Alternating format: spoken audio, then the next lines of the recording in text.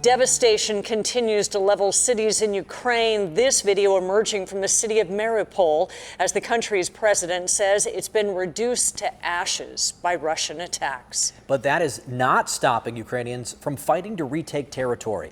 Tonight, Ukrainian soldiers are making headway in their counter-assault near Kyiv to prevent Russian forces from encircling the city.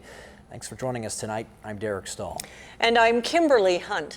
The Ukrainian people have shown the world the indelible impact of human perseverance. As ABC 10 News reporter Laura Acevedo joins us now live to tell us why the Ukrainians' will to fight has its roots in history. Yes, and this video that you see behind me has been verified by ABC. It shows a Russian strike on a mall in Kiev.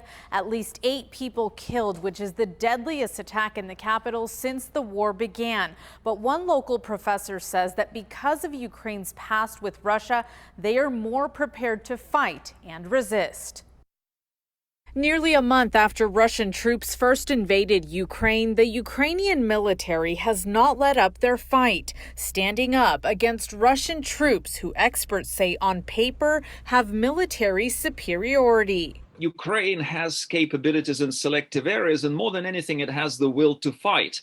Ukrainian authorities say their troops have reclaimed a strategically important suburb of Kiev, while other areas continue under attack. We have seen indications that the Ukrainians are going a bit more on the offense now. They have tried to regain territory. San Diego State political science professor Mikhail Alexeyev says Ukraine's will to fight is fueled by Russia's continued attacks.